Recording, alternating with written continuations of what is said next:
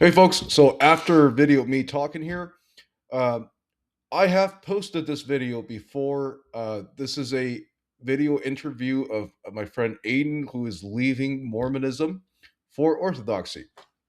Okay, Aidan lives in Texas, southern Texas, and he has been inquiring and attending classes for the past few months. I did have to take the original video down because Aiden did reach out to me that he has been facing persecution of it from his own family because they found out that he's leaving Mormonism, and he was at risk of having himself kicked out uh, of the house. Okay, so this is the reality of people who are leaving certain cults. It is unfortunate, and those of us who have the freedom of worship should be grateful. And as many of you know, that within Mormonism, when somebody leaves, the entire family turns to shun the person and then humiliate the person.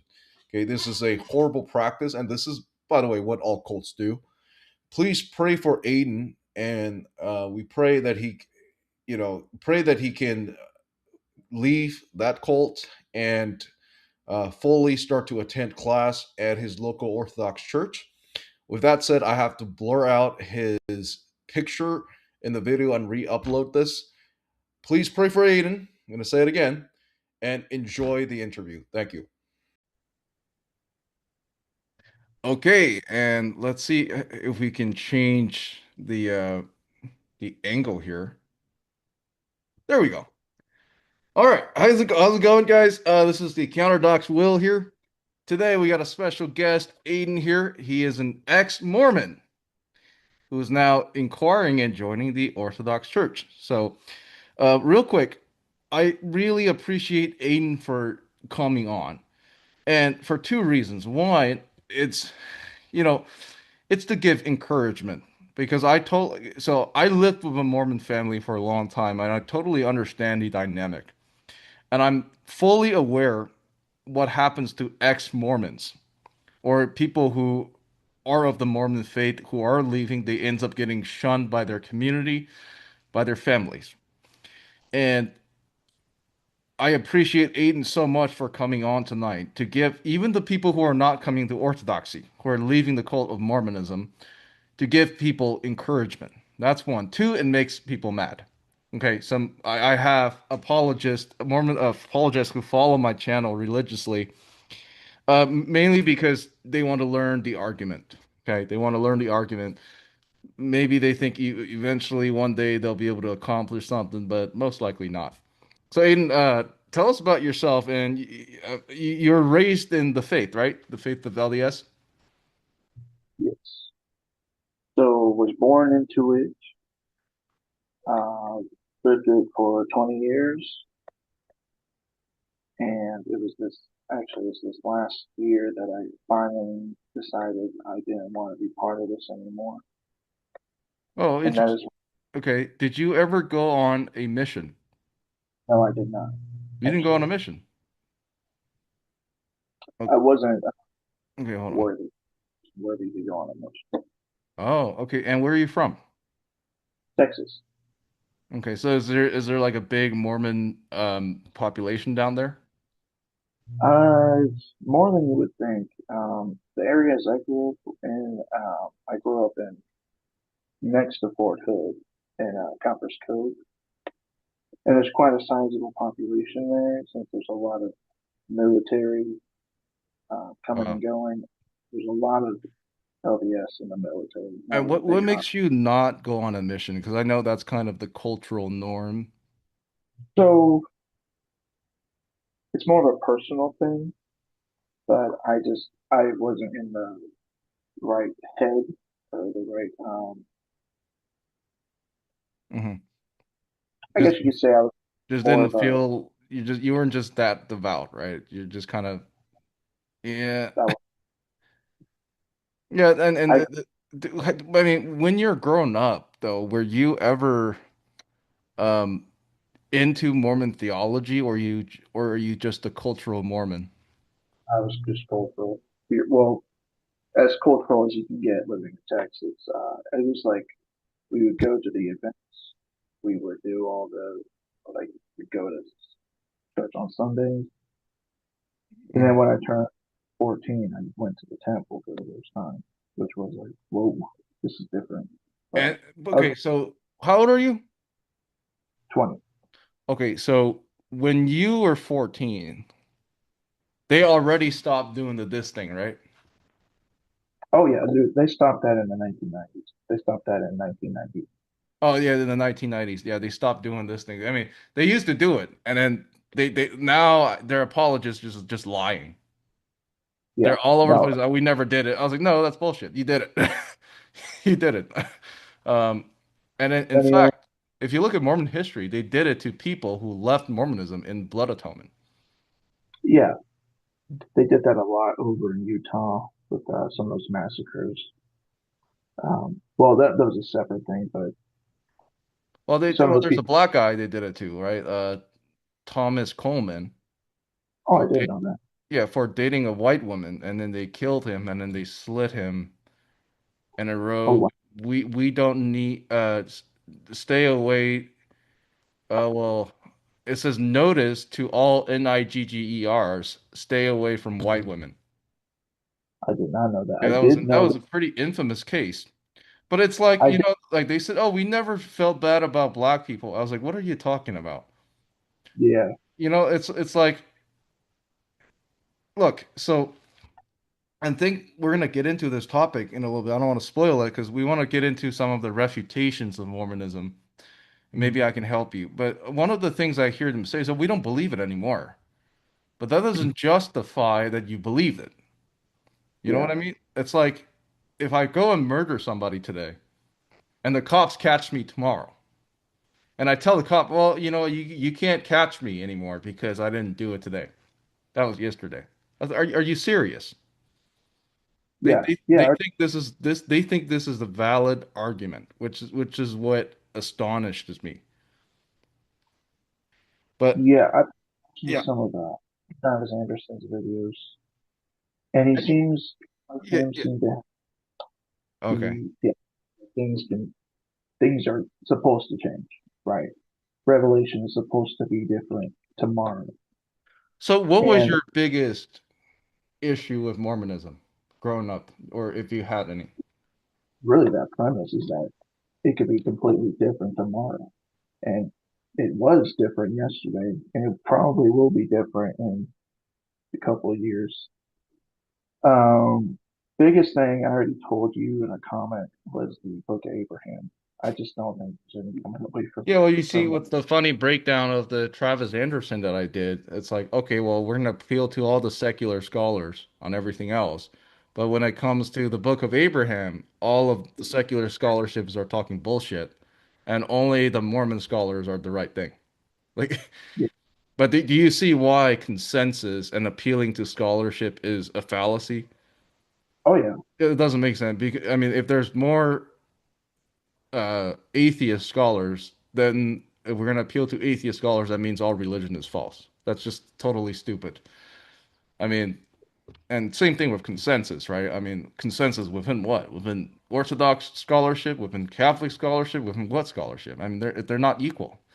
So that's why consensus is also a fallacy, and I see Mormons often appeal to it. But we're going to get into that in a little bit. So what was the final straw that got you like, okay, this is really stupid. I can't do it anymore. well, believe it or not, it wasn't the fact that there was no archaeological evidence for the Book of Mormon. That was a big part, like hearing that really bluntly. Like I had always heard that like we don't really know where it happened, but Well, just okay, hold hearing, on. Don't you guys own one of the hills where, allegedly some battle happened? I didn't know anything about that Yeah, because until there's one place in New York that you guys said that it did happen. And when yeah, people ask him to excavate it, they're like, nah. yeah. They still to this day haven't excavated the site. Oh, of course not, because there's nothing there. Maybe, well, I mean, they'll probably find dinosaurs, Yeah, they'll but say that bronze shield and iron swords, I don't think they'll find any. you'll see the horses in the Book of Mormon were referring to the dinosaurs, and then Yeah, I that's like mean the there reality. are like I think there are certain populations of wild burros, but if you don't know what those are donkeys. Yeah. But those are on the western side of the United States. I mean, I don't know. See, those are not the horses that they were riding, which is totally stupid. Okay, so when did you decide to leave and why? So I need to give a backstory. So earlier last year, I had gone up to Idaho to BYU, and there I went.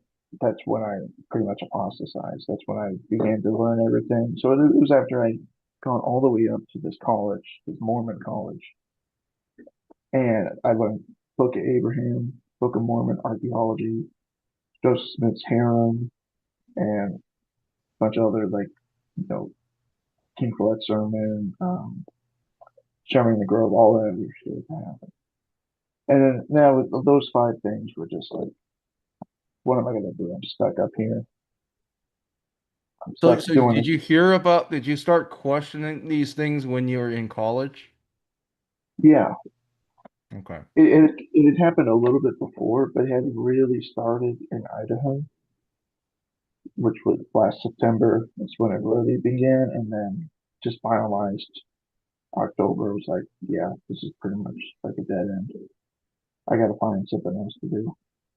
Because at that point, I was like, well, I believe Christ existed.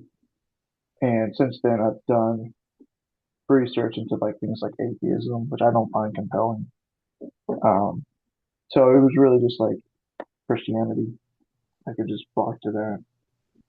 Um, and in that period, I had gone between Orthodoxy and Catholicism.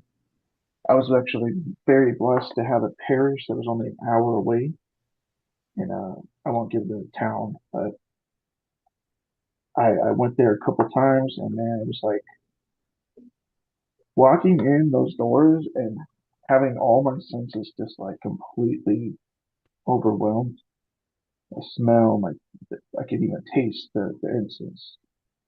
I could touch the icons. I could see the beauty of the church, and then hearing the choir singing because we had arrived after the what do you call the prayers before the liturgy? The What would litany. that be? Yeah, we had missed that, but so I was able to hear the choir right when I walked in, and it was like completely overwhelming, and Yeah, it I mean it felt like that's also my experience, yeah, finally going in there. Um, okay. And but basically you just decided, okay, this whole thing doesn't make any sense. I still believe in Christ, but and then you started to look. Okay. And what's interesting is I find a lot of ex-Mormon. By the way, this is very unfortunate. And it's not just ex-Mormons, also ex-evangelicals. Once they leave the religion that they grew up with, they go into this angry atheist mode for many years. Some people gets out of it. Like we have somebody, a family from our parish who left Mormonism who just was received this year. Um, man, like they still wouldn't delete his record. So I'll put it that way. And I wish you good luck with that. Uh, but yeah, I mean it's a process, and I'm just glad that people don't go into atheism, which is really the same thing. Maybe- Or yeah. um, I've been watching G Dyer, and I don't think there's really any way to be an atheist in this day. yeah. Well, yeah, me, so I was an atheist and I lived with a Mormon family for a while. And they tried to get me to become a Mormon, and I went to the services. Okay, wait a minute, this is brainwashing immediately because I mean, there's no sermon. There's really just people giving stories, and you end the story by, I know this is true. Yeah, Every is just, I know this is true. I know this is true. So they bring you up in the system, and every Sunday it acts as an reinforcement of the brainwashing. It's, I know this is true. I know what this is. I know this is true. and So even as a kid, when I would go to church and I would sit and wonder if this is true, I would appeal to those people going up to the podium and say, well, if they know it's true, then I guess it must be, right? Yeah, I mean, And it's a no-brainer. I mean, what exactly? And I know the Mormons are absolutely obsessed with Levitical law, like Levitical priesthood, which is ridiculous, by the way. It's been fulfilled. Um, right, but it's yeah, like if you're so, I don't get it. If you're so obsessed with Levitical priesthood, why don't you do the Levitical practices, which is the vestment and all that stuff? And then I realized, okay, so they're using the structure of the priesthood to as control. yeah, It's a control for you guys. Okay, you got to do this to actually get to be a part of this structure, and it actually means something. That's why they're doing the priesthood thing, which doesn't make any sense, by the way. I mean, if the Levitical priesthood is still out there, then there can't be the next one. with the Leviticus, with the Aaronic priesthood. Yeah, it's all about the fulfillment of priesthood. If the previous one is not fulfilled, you don't have the new one. So you can't have the Melchizedek priesthood, which what we believe we're in, and the Levitical standing at the same time. That doesn't make any sense. Yeah, That's just really another form of Judaism. I mean, Judaizing. yeah, Um, Other than that, I mean, do you have any questions for me? yeah. I know you just went into your experience a little bit, but I'd be willing to hear more about like what was your experience with it. Well, my experience is that they're telling me this true is it's true because trust me, bro. That's what they tell me. Trust me, bro. Uh, Well, like, how did you get involved with Mormonism to begin with? well, the last year of high school, I moved in with a Mormon family, and they're very kind people. And I socialized with them, and then they invited me to church here and there, and the missionaries came. They tried to convert me. Um, and it's basically like, I was like, okay, well, so you're saying the church fell, okay? So how do you know that? Well, because of Yeah, Joseph Smith. How do you and know they can't Joseph? fail either, What which was is that? always fun. They can never tell you when to fail. Like Well, not well. when They're did the New Age apologists. They're trying to come up with some weird shit, saying, "Well, it's a gradual process." But no, wait, Joe, that's not what Joseph Smith said. Because what Joseph Smith said is it fell immediately after the all the apostles died, which is, by the way, not true because John died peacefully. Um, and there was a funeral of him by the people who were in his church. So did many other apostles, the all the other ones that were sent out. Not all of them were killed off. Um, so immediately it's a very shallow understanding of what who the apostles were. Yes, there's the original 12, and there are many others. There's the 70. They were all sent out, and then they seem to have this really low tier argument of, well, it says the Church of Christ is built on prophets and apostles. It's built on the Mhm. foundation of though you guys don't have these things. I mean, I was like, dude, like if your house is if the foundation of your house is dirt, does it mean your entire house is built with dirt? Yeah, No, this is the stupidest thing ever. I mean, yes, we consider these people having apostolic power. They're not called apostles because they were not in the role and have the status of the original apostles. So those words are um, reserved for the specific people who were originally sent out. And it's just right. the whole thing is just a word concept about, okay, well, if they're not called apostles, they're not. Your name is Aidan, but you're not called a human, so you're not a human. You're Aidan. This is this is the same fucking mental thing that they do. And literally, if you look at the church teaching, we call a lot of the saints and the other apostles equal to the apostles. It's like just because you're not called it, then you're not it. Even the Good Samaritan was Like every called it. dog needs to be named dog to be a dog. Yeah. You can't name your dog. The moment you gave your dog another name besides from dog, it's no longer a dog. Like I don't. You have to be gifted stupid to be believing this. But So the argument, what got me into it, it's that they say, well, it's true because of Joseph Smith. And I'm like, okay, well, how do you know Joseph Smith is a prophet? Because the book is true. And how do you know the book is true? Because Joseph Smith was a prophet. How do you know Smith is a prophet? Because he revealed the book. How do you know he had the right to reveal the book? He's a prophet. It's a circle. It's Yeah, so stupid. But yeah, and it's that, and it's like every time I go to sermons, I know this is I okay, so who are you? Well, I know yeah. you're not true. So what's the difference between you saying I know it's true, bro, versus all the people saying I know it's not true? How do I determine if we're gonna appeal to that arbitrary standard? How am I supposed to know whether your truth is true or my truth is true? Because we disagree. Mhm. And it got to a point so that I just didn't want to go in there. Okay. And I continued to be an atheist until I found orthodoxy. Mhm. Yeah, and Oh, in your email to me, you said you have questions about certain refutations. yeah. Like, so with Travis Anderson, the reason I mentioned him is because that's who my cousin really relies on. I mean, I don't know why you guys follow this guy. He's so low tier. I, I, I don't find his arguments I know you compelling. don't, but I don't know why these Mormons think he's some sort of like when he used to open the rooms, I used to go up there all the time and he just kicks me. I mean, well, it doesn't make sense. And I'm not gonna let you move on to the next question if I'm a guy. Do you ever see like one of my first videos ever? Like I got like 200 plus video. I don't grant anything. If you can't account for A, I'm not gonna let you go to B. I'm gonna Right, I'm gonna make you die on A. That's me. Because there's no point. If you think you can just brush through A, then you can brush through B. So I'm not gonna let you brush through A.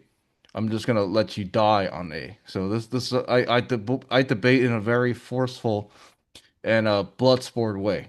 Okay, that's why people hate to debate me. Is like, well, just let me move on. No, I'm not going to let you move on because you haven't explained to me how the previous passage worked. right. Um, and he doesn't like that. I mean, no Mormon like that. They're like, okay, well, I got evidence. Well, what evidence? Yeah, What evidence are you talking about? The thing is, though, here,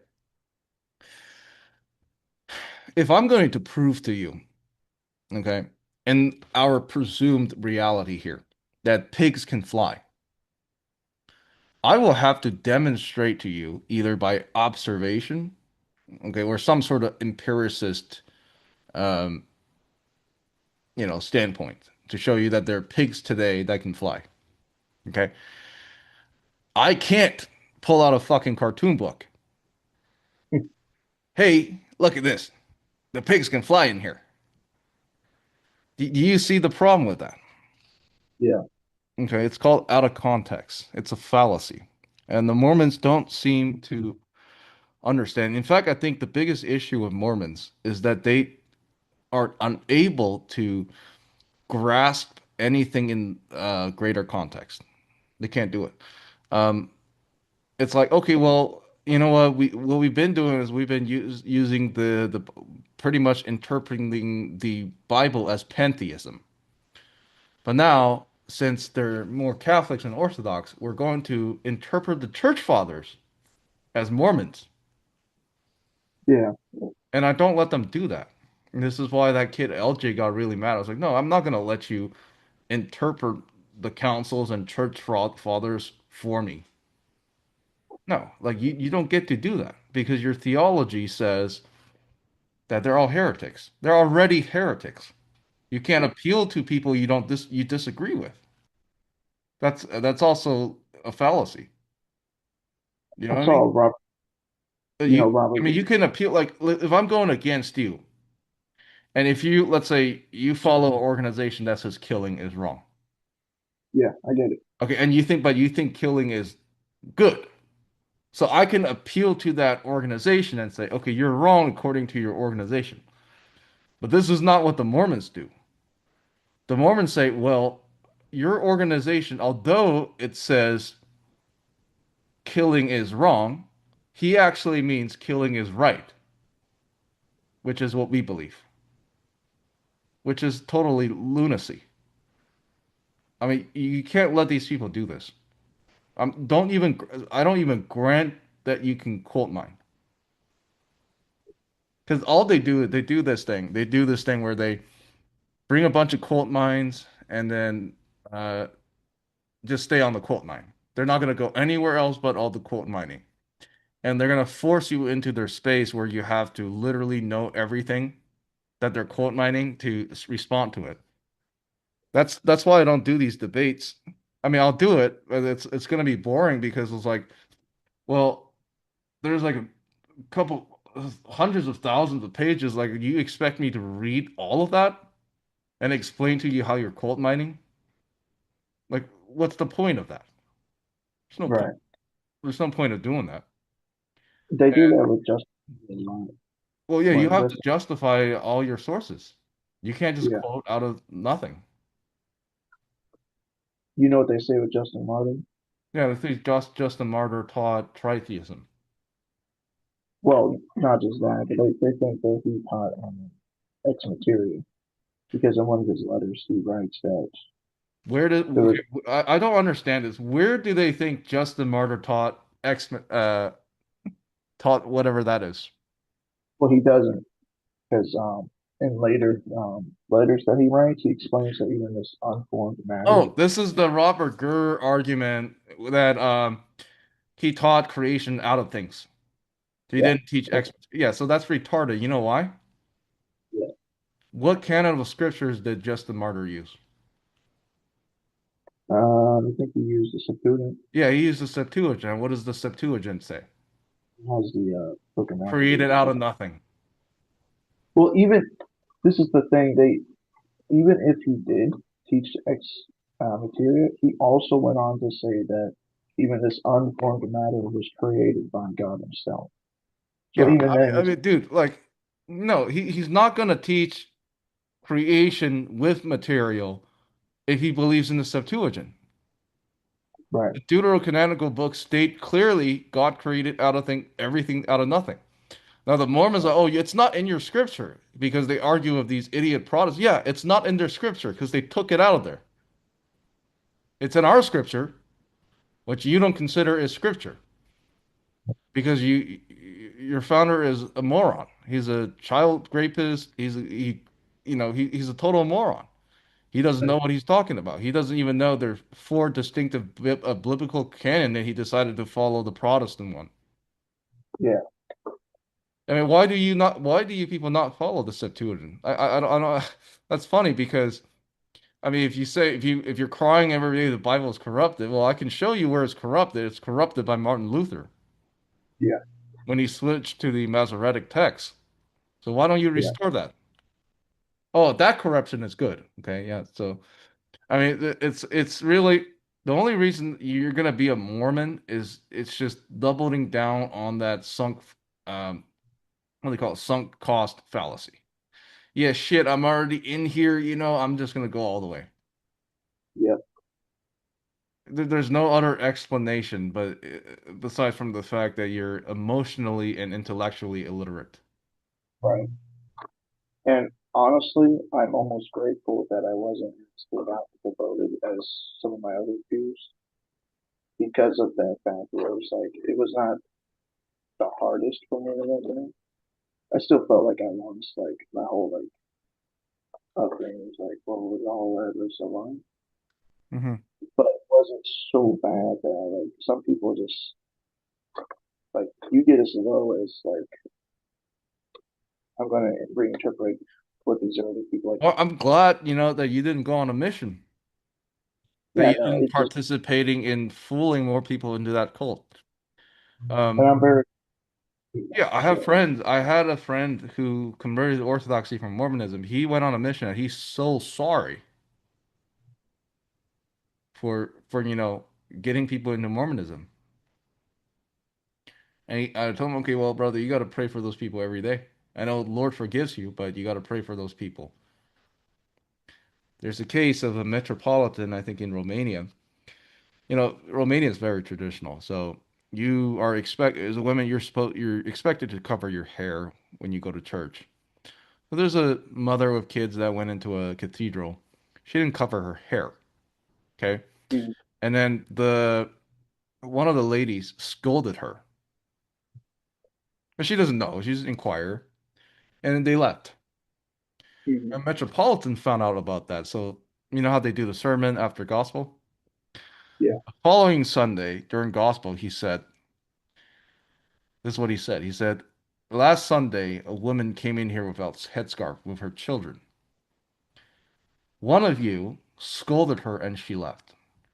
I commend that person to pray for that woman for the rest of your life because because of you, they might never come to church again. I've And that heard this was it. story. That was the whole sermon. Then he walked back into the altar and, continue the liturgy.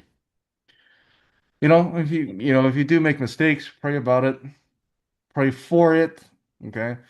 Don't pray for the feelings, right? Because the Mormons just very feely, the feelers. I mean, everything's off feelings and arbitrary standards. That's why I don't go to their platforms. Like, if you want to come on here, I will never kick you. I will talk to you until you leave. I won't kick you. I'm not going to mute you. I'm going to let you talk. But if I go on your platform, 100% I'll be muted 50% of the time. And it's going to be, they always want to do this time debate. And I never want to, like, I don't do this time bullshit. Yeah, you Because can't you get know what what you. they do, right? In time debates. Yeah, They just don't answer questions. Repeat everything, repeat their assertions, and ignore everything you said. And there's nothing you can do about it because you can't actually press them. That's why most of them either stay in the comment section or they want to do this time bullshit because they'll never answer your question, and you have to answer their question. If you don't, their 30 IQ followers are gonna go, oh my God, you can't answer a question. Yeah, okay. Yeah, and they play this piety game, which is stupid. I mean, just come on here. No one's moderating. I'm not gonna kick you. I'm gonna have either if you want to go blood sport, we'll do a blood sport debate. If you want a discussion, ask questions, we'll just do that. We don't, it doesn't have to be heated. It can be very civil. And I'm gonna say to those people who thinks I hate them, no, I don't hate an average Mormon. Mhm. All the salty stuff you see me do, okay, that's towards the apologetic people because they do the same thing. I mean, I have friendly Mormons who came on here. We just had a good time. Just talk about it. It's not that every conversation, it's not I just hate Mormons. No, I think it's a very stupid, dangerous cult. Okay. Thank God it's dying. Okay. And the only places growing are in Africa where people have average 60 to 70 IQ. it's Uh, growing quite outside the U.S. So that's something I wanted to bring up actually, if we have time. what was that? I said it is growing quite a lot outside the U.S. Yeah, I mean, in really poorly educated areas. Yes. And a lot of time because they just give these people money. Which is a good thing. It really is a good thing. And what they do in Africa is nice. They help these poor people. But, you know, places where people are smart, nobody's doing this. Like you can't. And the other kid was challenging. He was like, well, I mean, if people want to join, consider Orthodoxy and Mormonism, they'll see our debate. I was like, well, you know what? If people are considering Orthodoxy, there's no way they're stupid enough to consider Mormonism. Yeah. No, it's not on the same level. And they notice they have this inferiority complex. They know that there's something wrong with their religion, even the super devout ones. That's why they're always, responding and then trying to do this, trying to do that. But it's like, dude, come on here and have a conversation. I mean, people challenge them all, and Jay Dyer is challenging them again, like in 30 minutes. He's got a stream in 30 minutes, and they never come.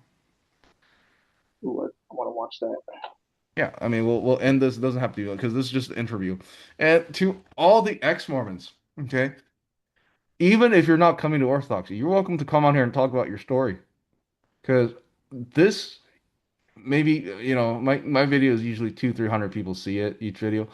That's good because that encourages people from leaving the cult. And I want to ask you, how did your family respond to your current situation? Um,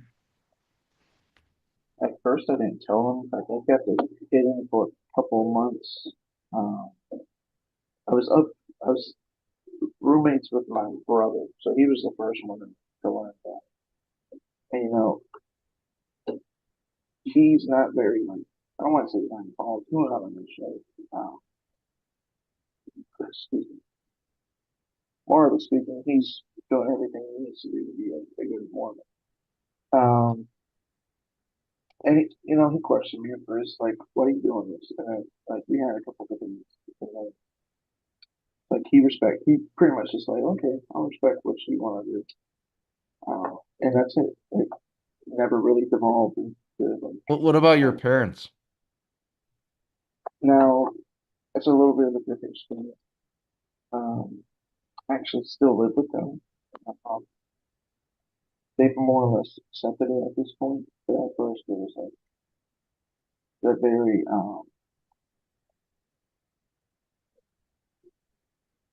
not hard because there's I know people who have just been like completely wrecked, but I didn't ever feel like that. I just felt like there was always tension, right? It just felt like there's always tension between us, and it still feels like that to an extent And today. they're pretty much they attend all the time, Sundays, right? Yes, they're not like devout, um, like super devout. Hmm. Yeah, I Kind get of you. look Yeah, I understand. like I mean, I think you're in a lucky case because most people who leave the religion, it's not, I know it's definitely not that easy as and that just, getting over it. But I mean, like, were your friends all Mormons too? Like, as you're growing up, your circle, or no? I didn't really have a lot of LDS friends. Oh, that's Um, good. I mean, that at least I think you'll have I mean, I don't think you're having necessarily a horrible time. And I think you're definitely one of the easiest cases I've heard. And I've heard some very terrible cases of people leaving and this whole family shuts them out for years. so Some they leave too, but some just, um, my sister also left, but she became an atheist. your sister became an atheist. Yeah, Oh, that sucks. Well, yeah, I hope you can turn them around and, help your family. And we'll keep, and everybody keep this brother in their prayers and his family. Is there anything else about like the refeeding their apologetics and um whatever theology? actually, I wanted to bring up and maybe see if you wanted to look into it a little bit more. Do you know what the Anthon script is? No, I couldn't even find what that was. Okay. So I'll give you the super crude history of it. Basically, it was Joseph Smith wrote down what the characters were on the plates onto a piece of paper. Martin Harris comes and copies them down to another piece of paper and takes them to a linguistics expert and has them analyzed. And this is separate from the book of Abraham. This is completely different. The linguistics expert said it was obviously fake, but this was the Anthon script is what the supposed reformed Egyptian is. We That have an language never even existed. right, but we have an example of what it should look like. Right, we actually and we have it. I'll send you a thing of it. I mean, what is this supposed to look like? So it's gonna look like a bunch of random like shit scribbled on a piece of paper. Of That's course it's all. random. I mean, I Yeah, like, my favorite version of the golden plate is where the frog punched the shit out of Joseph Smith. You know that one. right. There's a Um, version that he went to the plate and he saw an angel disguising as a toad and it punched him and started that screaming. one, that's I'm pretty sure that's based off of a forgery. Um, the Well, one you just I mean, the entire thing is a forgery. so I'm pretty sure what you described might be one of Mark Hoffman's forgeries. Basically, he in the 1920s and 30s wrote a bunch of forgeries to expose Joseph Smith. And the leadership actually believed it. Like they believed that these were legitimate. Um, Yeah. So much for a living prophet and the yeah, and they restore can't. church, right? Believing in bullshit. Yeah, eventually he got exposed, though, exposing them, and then he actually tried to bomb and succeeded in bombing places and killing a few people. Hmm. But yeah, so Well, there's the I, one that he followed a salamander. That was the one that you're talking about. He followed a salamander to find the plates. And there's one that he saw a frog, which is the Moroni was a frog. maybe the frog was different. I think I know what Moroni is because if you look at the word Moroni, I think that's a mistranslation because what that was, it was moron and I. Yeah, The angel was the moron and I is Joseph Smith. So that's I think he was just trying to say moron on him. right. Anyways, with the Anthony script, because we this is something that I'm pretty sure Travis Anderson has brought up a few times on how would we know what the this is what my cousin actually told me. He asked me how would we know what a Nephi artifact was because we don't know where to start, what do we look like, we don't even know what the language would have looked like. And at first I thought that was a good argument. It's like, oh, well, it's a lost city, it's a lost civilization. What would we how would we know like what would we look at? And then I looked into it a little bit more and I found the Amazon script, which is an actual example of Reformed Egyptian that Joseph Smith wrote down on a piece of paper. And if that's really what was on the plates, we should find that all over the Americas. And because we don't, that's pretty conclusive enough that it's like, okay, well then obviously this is made up. You know what I mean? Yeah. Yeah, I found it. I'm looking at some of these. This is totally weird. Yeah. So Why would the Jews write shit down in e Reformed Egyptian? Like, it doesn't make any sense. I don't know, dude. I mean, I think just by making up that one lie itself kind of just debunk it. You could just say it's written in Hebrew. Yeah, Oh, and the thing is, if it's written in Hebrew, they're gonna ask Joseph Smith to read Hebrew. yeah. That's why. And he can't read shit. That's why he had to make up this language and say, well, because they'll whatever language he says that actually exists, they're gonna test him. And he translated the Book of Mormon two times, and every time, and it's completely different. First Well, time, second time, different. the first like 170 pages he lost, so he had to retranslate it from a different point of view. Uh, and they say that was the book of Leah. Okay. Yeah, All right. because Yeah. he gave the picture to Martin Harris Yeah. or Like you've got to be like yeah. so gullible to a point to believe in this crap. And I'm sad to say I I mean, was, people but who convert, like, and this is one of the social engineering thing that they bring you this really super friendly atmosphere. Yeah, we're not bad people, we're just very friendly kids. Why don't you just get baptized so you can come to our activities? This is the whole strategy. yeah, I mean, I get how nice they are, but once you really start to debate these people, they're like, okay, well, you guys are just all fallacy machines. I think you're gonna have a fun time digging into that because they also subscribe to the Aristotelian um, dogmas that came from the Reformed West, okay, from the yeah. Renaissance.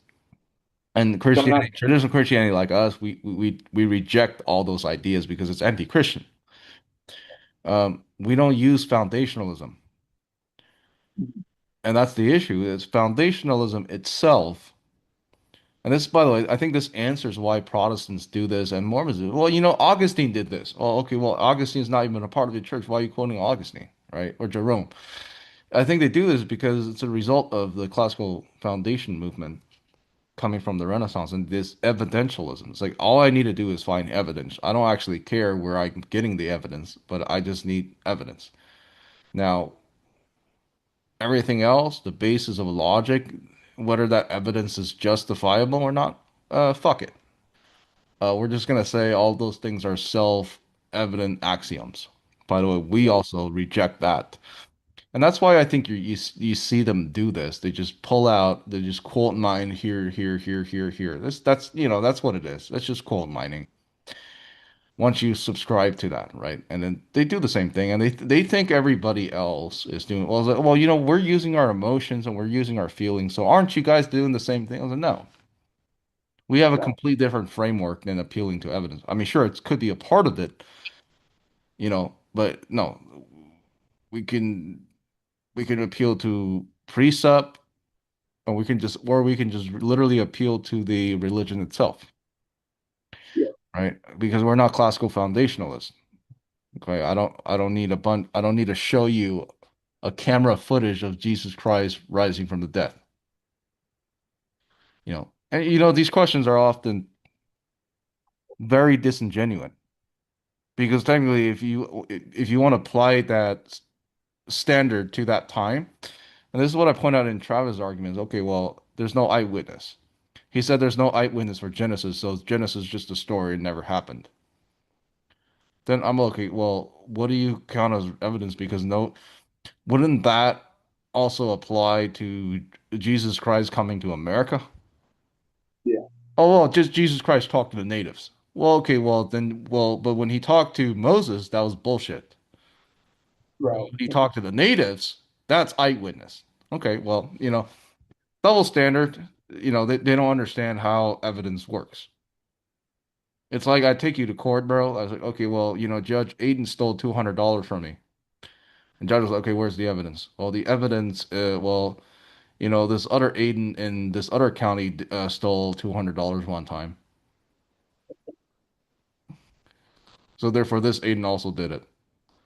It sounds stupid, right? It sounds totally ridiculous, but that's exactly what they do. So I mean, man, God bless you. Seriously, this is good news, and I hope more and more people leave this. Um, hopefully for something else rather than evangelicalism, because that's just as stupid. That's just as stupid as Mormonism at that point. But really, don't debate. Trust me, don't debate. There's a lot to it. You have to go through a process of changing your entire worldview, and depending on people, it's going to take a long time. I'm still changing. Um, it'll take a very long time. And when I was converting, I had the converter zeal, and I was like debating everybody. And then it got to a point I start to calm down. So, okay, maybe not the best thing to do because I've said some wrong things that I didn't think I was wrong at the time. Um, not, and, a lot of it wasn't necessarily healthy for me on a spiritual level. But yeah, you have any more questions? Um, None that I think are relevant. No, I don't think I have All any. right, well, we'll end it here, and this episode will probably be aired after Halloween, so in the first episode in November. Thank you so much Awesome. for coming on, Aiden. God bless you. God bless your family, and I hope them eventually, join the faith with you. And God bless you on your journey. You have a good night. Thank you. All You have right, a nice night. take care.